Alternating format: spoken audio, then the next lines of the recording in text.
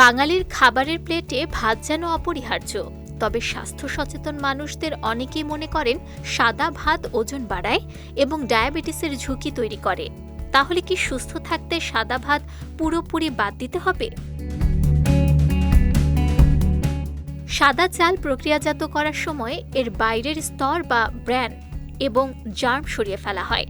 ফলে বাদামি চালের তুলনায় সাদা চালে ফাইবার, কিছু ভিটামিন, খনিজ ও অ্যান্টিঅক্সিডেন্টের পরিমাণ কম থাকে। অন্যদিকে বাদামি চাল সম্পূর্ণ শস্য হওয়ায় এতে এসব পুষ্টি উপাদান তুলনামূলক বেশি থাকে।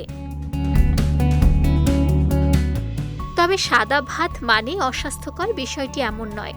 সাদা চালের গ্লাইসেমিক ইন্ডেক্স তুলনামূলক বেশি হওয়ায় এটি খাওয়ার পর রক্তে শর্করা দ্রুত বাড়তে পারে। গবেষণায় নিয়মিত অতিরিক্ত পরিমাণে সাদা ভাত খাওয়ার সঙ্গে টাইপ 2 ডায়াবেটিসের ঝুঁকি বাড়ার সম্পর্ক পাওয়া গেছে। একটি গবেষণা পর্যালোচনায় দেখা গেছে, প্রতিদিন অতিরিক্ত ১৫০ গ্রাম সাদা ভাত খাওয়ার সঙ্গে ডায়াবেটিসের ঝুঁকি প্রায় ৬% বাড়ার সম্পর্ক রয়েছে।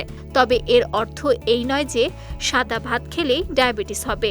শরীরের ওজন, শারীরিক পরিশ্রম ও সামগ্রিক খাদ্যাভ্যাসও এখানে গুরুত্বপূর্ণ।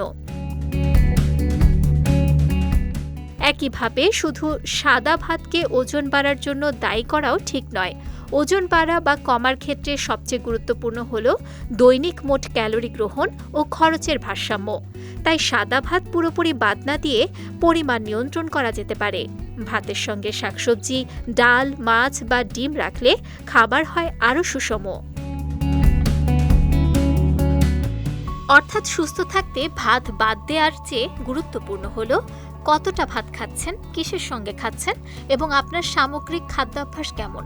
আর ডায়াবেটিস বা ওজন নিয়ন্ত্রণের সমস্যা থাকলে খাদ্য তালিকা ঠিক করতে বিশেষজ্ঞের পরামর্শ নেওয়াই সবচেয়ে নিরাপদ। নুসরাত আহমেদ, বিজয় টিভি, নিউজ ডেস্ক।